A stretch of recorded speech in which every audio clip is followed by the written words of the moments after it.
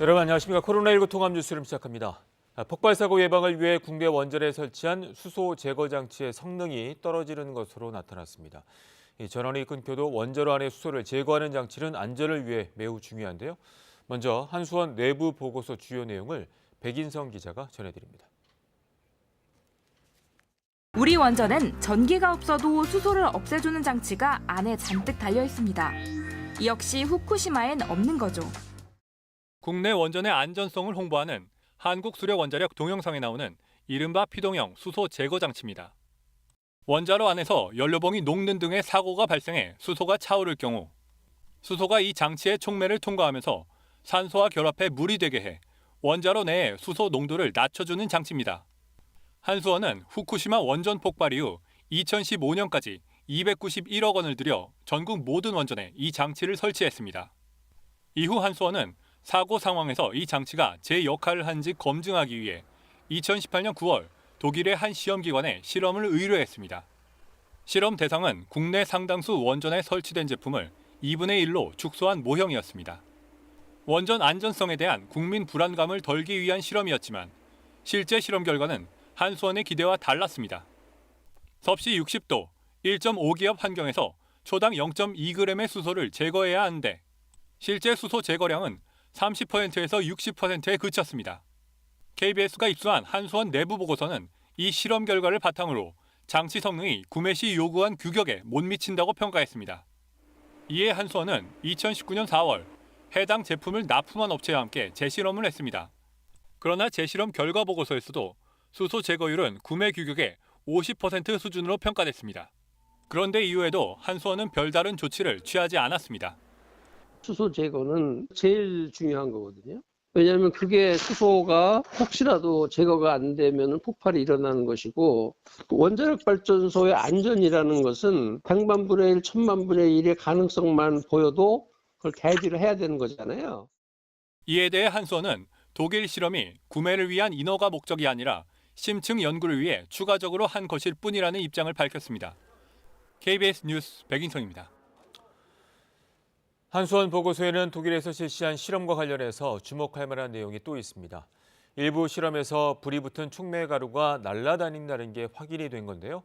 원전 전문가들은 이럴 경우 이 장치가 오히려 수소 폭발의 위험성을 높일 수 있다고 지적합니다.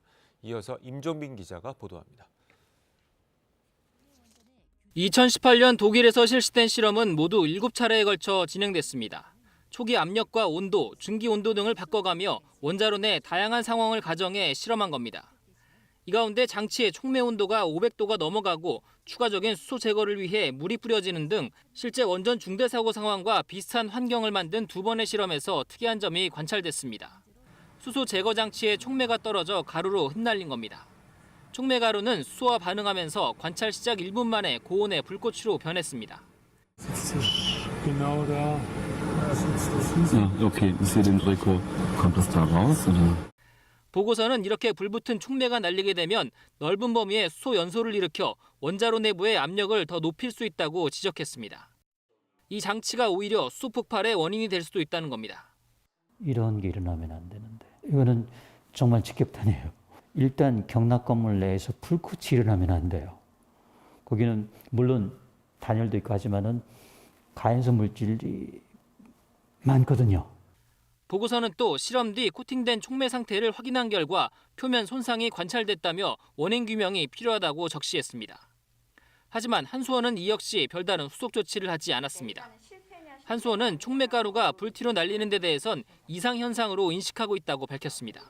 한 번을 가지고 뭔가 문제가 있다, 아니면 뭐가 가능성이 있다라고 어떤 일반화할 수 있는 그런 데이터가 굉장히 부족하다는 거죠.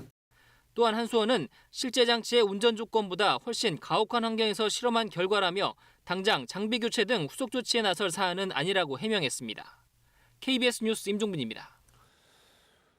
한수원은 이 실험 결과가 나온 지 2년가량 된 지난해 해당 실험 내용을 포함한 원전 안전 관련 최종 보고서를 내놨습니다. 그런데 이 최종 보고서를 보면 실험 과정에서 파악된 수소 제거 장치의 문제점은 축소되거나 아예 빠졌습니다. 이 내용은 김민철 기자가 보도합니다. 한국수력원자력은 지난해 7월 문제의 실험 결과 등을 담은 원전 안정성 관련 최종 보고서를 발간했습니다. 2년 전 실험 결과와는 달리 수소 제거 장치에 큰 문제가 없다고 결론냈습니다.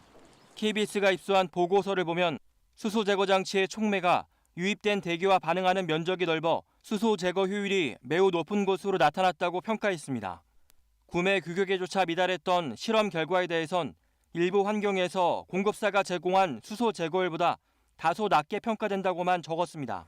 불붙은 촉매 가루가 흩날린 현상은 언급도 하지 않았습니다. 오히려 촉매에 불이 났지만 높은 수소 제거율 덕에 화염 전파 가능성은 매우 낮다고 밝혔습니다.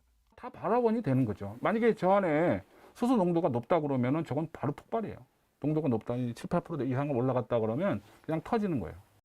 보고서 축소 오육에 대해 한수원은 최종 보고서는 연구과제 전체를 종합적으로 요약 작성한다고 해명했습니다. 또 불붙은 촉매가루 문제는 관련 부서와 장치 제조사에 공유했다고 밝혔습니다. 하지만 최종 보고서 이후에도 한수원은 물론 제조사도 설계 변경 등의 추가 조치는 하지 않았습니다. 원전 안전에 이상이 있을 경우 의무적으로 보고하게 돼 있는 원자력안전위원회에도 알리지 않았습니다. 정기적인 성능 시험 결과가 아니라는 이유였습니다.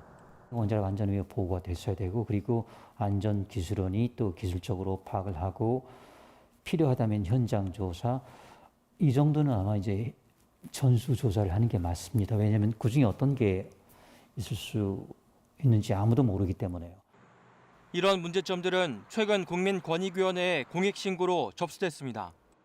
국민권익위로부터 자료를 넘겨받은 원안위는 공익신고 내용에 대해 조사에 착수한 것으로 확인됐습니다. KBS 뉴스 김민철입니다. 코로나19 소식 알아봅니다. 이번 달부터 접종이 예정돼 있는 아스트라제네카 백신은 고령층에 대한 효과를 놓고 의문이 제기됐었는데요. 국내 검증 자문단이 만 65세 이상 고령자에게도 효과가 있다며 조건부 허가를 권고했습니다. 보도에 김민지 기자입니다. 유럽연합이 아스트라제네카 백신 접종을 18세 이상 전 연령층 대상으로 공식 승인했지만 논란은 여전합니다. 임상시험 참여 대상자 중 만 65세 이상 고령자가 7% 정도에 그쳤기 때문입니다. 이에 대해 외부 전문가 8명으로 구성된 국내 검증자문단은 조건부 허가를 권고했습니다. 다수 의견으로 연령 제한 없이 만 18세 이상으로 정했습니다. 백신 투여 후 고령층의 면역 반응이 다른 성인과 유사한 점, 중대한 이상 반응이 나타나지 않은 점 등을 감안해 고령자에 대한 투여를 배제할 수 없다는 의견입니다. 소수 의견도 나왔습니다. 고령자에 대한 자료가 부족해 예방 효과가 입증되지 않았고 항체가도 65세 미만의 성인에 비해 낮다는 점 등을 들어 임상 결과를 더 확인하고 허가하는 게 바람직하다는 겁니다. 안전성과 관련해선 허용할 만한 수준이라면서도 임상시험에서 나타난 신경계 관련 이상 반응에 대해서는 모니터링이 필요하다고 밝혔습니다. 백신 투여량은 표준 용량으로 2차례, 투여 간격은 4에서 12주가 적절하다고 권고했습니다. 이번에 논의된 여러 가지 자료에 대한 해석과 그다음에 논리 이런 부분들을 보다 입체적으로 저희가 점검을 해서 최종 결론을 내도록 할 계획입니다. 한편 화이자 등 mRNA 백신을 접종하는 중앙예방접종센터는 국립중앙의료원 신축 예정부지인 미 공병단터에 자리 잡았습니다.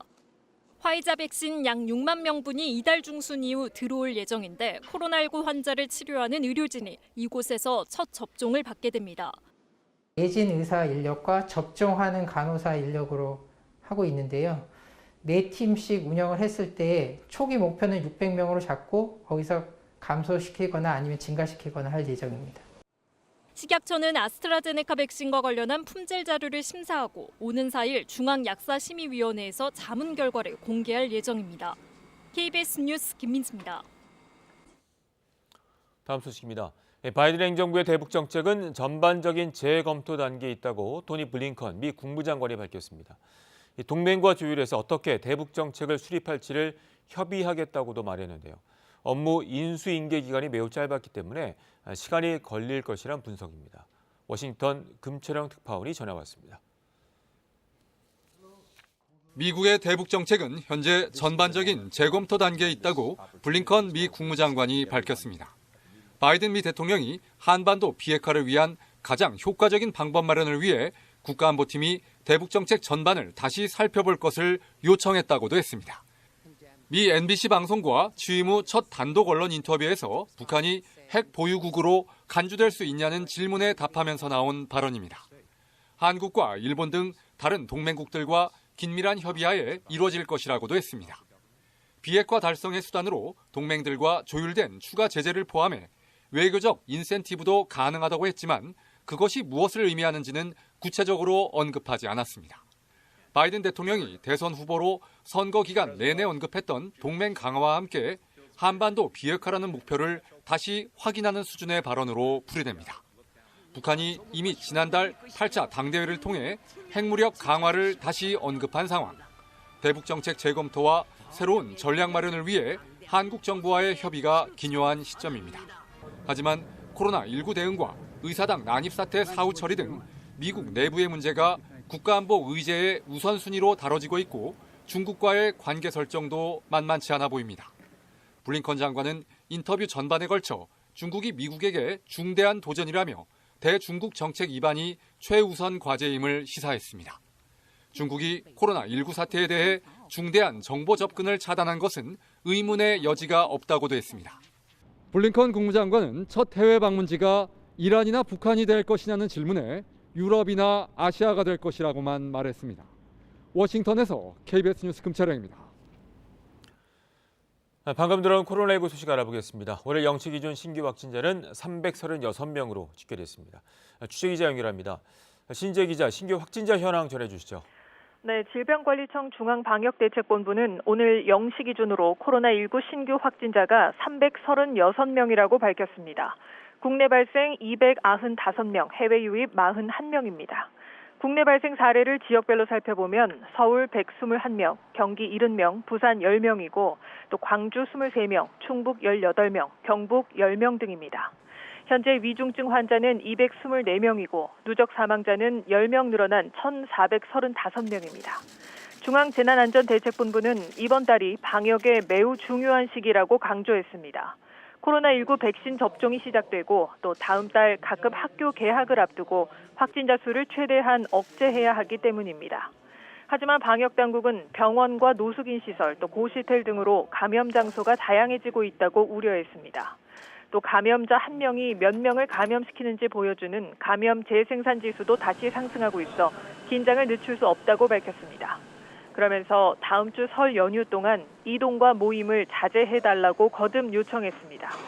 방역당국은 설 연휴 전이라도 확실한 안정세에 접어들면 방역 기준 완화 여부를 검토할 수 있을 것이라고 재차 확인했습니다.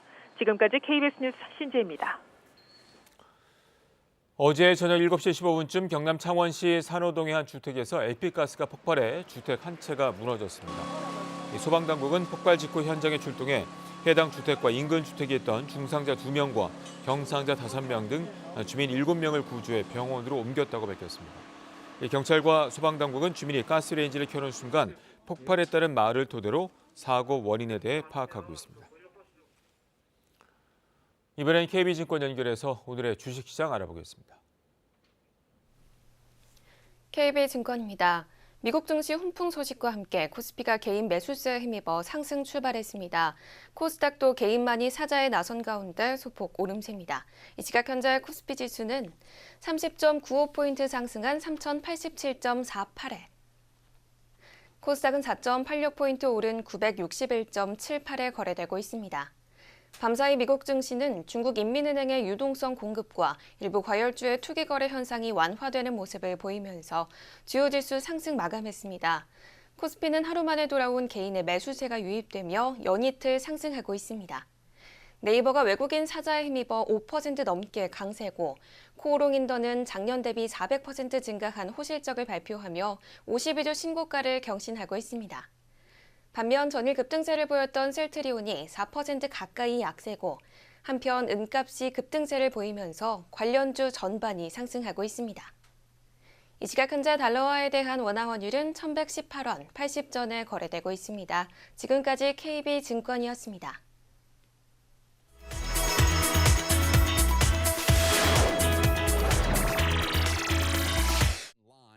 미국에서 코로나19 백신이 모자라는 혼란스러운 상황에서 이른바 새치기 접종이 종종 발생해 눈살을 찌푸리게 만들고 있습니다. 한 민간 단체가 필라델피아에서 당국과 제휴를 맺고 운영하고 있는 백신 접종소입니다. 최근 이 단체의 운영자가 백신을 빼돌렸다가 발각됐습니다. The doses were about to expire. We called everybody we knew. Every single person. 하지만 변명과는 달리 이 남성은 백신을 집으로 가져가서 친구들에게 접종해 준 것으로 알려졌습니다. 워싱턴주의 한 병원은 부유층 기부자들에게 백신을 사실상 새치기할 수 있다는 내용의 이메일을 보냈다가 역풍을 맞고 사과했습니다. If in fact they were giving preference to some VIP list, that's not the way to do it. That is not acceptable. 한편 플로리다주의 한 소방대 반장은 어머니에게 접종하기 위해 백신을 훔친 혐의로 체포됐습니다. 그의 강요로 서류를 조작한 부하 직원도 공문서 위조 혐의로 체포되면서 지역사회에 논란이 일기도 했습니다. 13세기에 지어진 수도원인 프랑스의 몽쉘 미셸은 지난 1979년에 유네스코 세계문화유산으로 지정됐습니다. 하지만 이 오래된 수도원이 3년에 걸쳐 보수 작업에 들어갑니다. 수도원 북쪽 정면에는 이렇게 수많은 이끼가 피어 있는데요. 해풍과 비를 가득 맞은 이끼의 습기가 수도원 외벽을 약화시키고 있습니다. 그래서 전문가들은 보수 작업은 수도원을 둘러싼 이끼와 조류를 제거하는 것부터 시작돼야 한다고 말합니다. très altérés et peuvent chuter. D'ailleurs, on a constaté un certain nombre de débris en pied de façade. 또한 끝없이 스며드는 빗물과 습기를 차단하기 위해 매우 섬세한 고난도 기술이 동원됩니다. Parce qu'on est loin de connaître toute l'histoire et tout le détail de construction de cette partie du bâtiment au XIIIe siècle. 전문가들은 단순한 보수가 아니라 보존 작업을 병행하기 때문에 3년이라는 시간은 결코 길지 않다고 말합니다. 중국의 강풍 경보는 강도에 따라 청색, 황색 등으로 구분되는데요. 나무가 부러질 정도의 베이징 강풍에는 황색 경보가 발령됐습니다. 风挺大的，现在我们骑电动车都已经不稳了，到路上必须得。 전문가들은 이번 일이 굉장히 드문 경우라고 입을 모았는데요. 몸무게 78kg인 취재 기자가 강풍에 얼마나 견디나 테스트를 했습니다. 건물이 훼손될 수 있는 10급 강풍에서 결국 버티지 못하고 날아가 버립니다. 그 사이 손에 들고 있던 우산은 뼈대만 앙상이 남아 있습니다. 한편 이번 강풍을 계기로 중국에서 바람이 가장 거세게 부는 신장 아라산커우도 재조명되고 있습니다. 나무가 부러질 정도의 8급 이상의 강풍이 불 때면 웬만한 성인 남성도 바람을 견디지 못할 정도입니다. 실제로 한 군인이 바람을 등지고 바닥에 누워보려 하지만 강풍에 밀려 결국 실패합니다. 주둔 군인들 사이에서는 180일 정도 이어지는 강풍이 주적이라는 말이 나올 정도입니다. 일본 도쿄역에는 도시락 가게와 반찬 가게 등 다양한 음식물 가게가 늘어서 있습니다. 버려지는 식품 폐기물만 연간 100톤이나 됩니다. 여기에 착안한 한 IT 기업은 남은 음식들을 사들여 역에서 일하는 사람들에게 정가의 절반 가격에 판매하는 서비스를 시작했습니다. 結構通ってますね。美味しいものが安く買えるので、エコにもなりますし。 이 회사는 여기에 그치지 않고 음식점과 소비자를 직접 연결시켜주는 애플리케이션도 개발했습니다. 애플리케이션에 등록된 식당이 그날 남을 것 같은 음식의 사진과 할인된 가격을 앱에 올리면 이용자가 스마트폰으로 결제하고 직접 음식을 받으러 가는 방식입니다. せざるを得ないような食材とかが少しでもお店の売り上げになって利益になっていく。 이 앱의 서비스가 농가로 확대하면서 지바현에 있는 한 농원은 코로나 위기를 극복하기도 했습니다. 음식점에 납품하던 채소 판매가 줄어 대량 폐기 처분해야 하는 상황에서 앱을 통해 물량을 1시간 만에 모두 처분하는 직판에 성공한 것입니다. KBS 월드뉴스입니다. 정부가 북한에 원전을 지어주려는 방안을 추진했다는 문건을 두고 논란이 이어지자 산업통상자원부가 해당 문건을 전격 공개했습니다. 불필요한 논란을 멈추기 위해서 문서 공개를 결정했다고 밝혔는데요. 김유대 기자가 보도합니다. 산업부가 공개한 문건은 모두 6페이지로 구성된 북한 지역 원전 건설 추진 방안. 지난 2019년 12월 산업부 공무원이 삭제한 북한 원전 관련 17개 문서 가운데 하나입니다. 2018년 4월 27일 1차 남북 정상회담 이후 작성됐습니다. 내부 검토 자료, 정부의 공식 입장은 아니라며 문서는 시작됩니다. 먼저 미국, 일본 등과 공동으로 북한 원전 건설과 관련한 의사결정 기구를 구성하는 방안을 제시합니다. 산업부가 검토한 북한 지역 원전 건설 추진 방안은 크게 3가지. 첫 번째 안은 과거 한반도 에너지 개발 기구, 캐도가 경수로를 지으려던 한경남도 금호지구에 한국형 차세대 원전 2기를 건설하는 방안. 이 안에는 탈원전 정책으로 공사가 중단된 신한울 3, 4호기용 원자로를 활용하는 내용도 포함되어 있습니다. 두 번째 안은 비무장지대, DMZ 내에 원전을 건설하는 방안. 세 번째 안은 공사가 아예 중단됐던 신한울 3, 4호기 공사를 재개해 완공한 뒤 송전망을 통해 북한에 전력을 보내자는 안입니다. 문서에서는 각각의 방안에 대해 장단점도 상세히 분석했고 3가지 안 가운데 이란이 설득력이 있다는 검토 의견도 내놨습니다. 산업부는 문서를 공개하며 정부 정책으로 추진된 적 없고 북한 원전 건설을 극비리 추진했다는 주장도 사실이 아니라고 거듭 강조했습니다. 아이디어 차원에서의 검토한 보고서이므로 구체적인 내용은 없습니다. 동 자료는 내부 검토 자료로서 종결되었습니다. 산업부는 불필요한 논란 종식을 위해 정보공개심의위원회의 심의 의결을 거쳐 이번 문건 전문 공개를 결정했다고 밝혔습니다. KBS 뉴스 김유대입니다. 산업부가 공개한 원전 건설 추진 문건과 함께 북한 원전과 관련된 또 다른 논란이 있습니다. 바로 1차 남북 정상회담 당시 문재인 대통령이 김정은 위원장에게 건넨 USB인데요. 국민의힘은 그 안에 원전 지원 계획이 담겨 있다는 의심을 제기하고 있고 문재인 대통령은 구시대 유물 정치라며 직접 반박했습니다. 김비치라 기자입니다. 국민의힘 김종인 위원장은 현 정부가 북한에 원전을 지어주려 했다고 단정하며 충격적 이적 행위라고 주장했습니다. 여러 정황과 의심을 근거로 들었는데 그중 하나가 김정은 위원장에게 문 대통령이 건넨 USB입니다. 정권 차원의 보답으로 북한 원전을 추진하는 것이 아니냐는 합리적 의구심을 가질 수밖에 없습니다. 우선 USB는 도보다리가 아닌 판문점 평화의 집 1층에서 전달됐다고 민주당 윤건영 의원은 밝혔습니다. 어떤 내용이 담겼는지도 이미 알려진 사실이라고 당시 참모들은 주장합니다. 실제 정상회담 직후 당시 김의겸 대변인은 USB를 대통령이 직접 전달했다. 대선 공약이던 한반도 신경제 구상을 업데이트한 내용이라고 공개했고 이에 대한 보도들도 잇따랐습니다. 특히 문 대통령이 당대표 시절인 2015년 발표한 한반도 신경제지도 구상의 연장선상이라는 겁니다. 남과 북이 경제협력을 잘해서 한반도의 새로운 성장 동력을 만들자는 것이 핵심적인 내용입니다. 트럼프 대통령이 싱가포르 회담에서 김정은 위원장에게 전달한 것과 비슷한 개념입니다. 따라서 북한의 비핵화 이후 화력이나 수력 발전 같은 에너지 협력이 언급돼 있을 뿐 원전 내용은 없다는 게 이들의 공통된 주장입니다. 국민의힘은 이적 행위라는 주장을 이어갔고 문 대통령은 직접 이를 반박했습니다. 가뜩이나 민생이 어려운 상황에서 버려야 할 구시대의 유물 같은 정치로 대립을 부추기며 정치를 후퇴시키지 말기 바랍니다.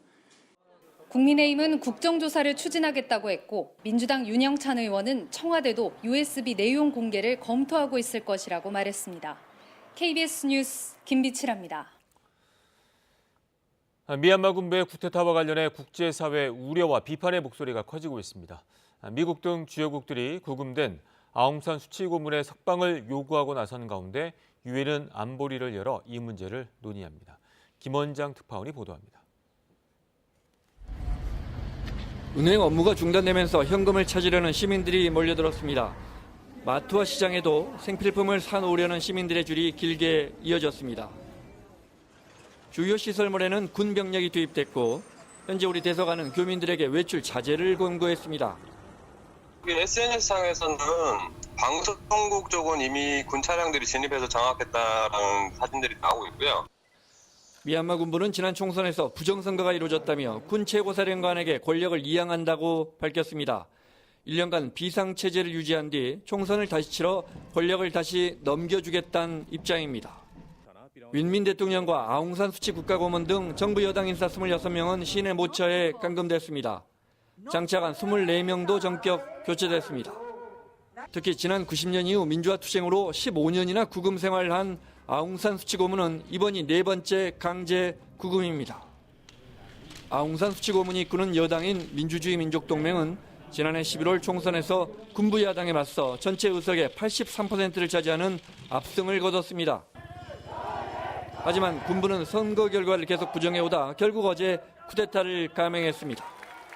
미국 등 국제사회는 즉각 우려를 표하고 아웅산 수치 고문의 석방을 촉구했습니다. 유엔도 오늘 긴급 안보리를 열고 미얀마 쿠데타 문제를 논의하기로 했습니다. 구금된 아웅산 수치 고문이 어디에 어떻게 구금됐는지는 여전히 확인되지 않고 있습니다. 외신들은 수치 고문이 국민들에게 쿠데타를 거부할 것을 촉구했다고 전했습니다. 한국에서 KBS 뉴스 김원장입니다. 한동안 잠잠하던 동장군이 다시 맹위를 떨치고 있습니다. 오늘 아침 서울이 영하 8.2도로 어제보다 무려 14도 정도나 낮았는데요. 찬바람까지 불어 더욱 추웠습니다. 이렇게 어제보다 기온이 10도 정도나 뚝 떨어지면서 중부와 전북 동부, 경북 북부 내륙과 산지에는 한파특보까지 발표됐습니다.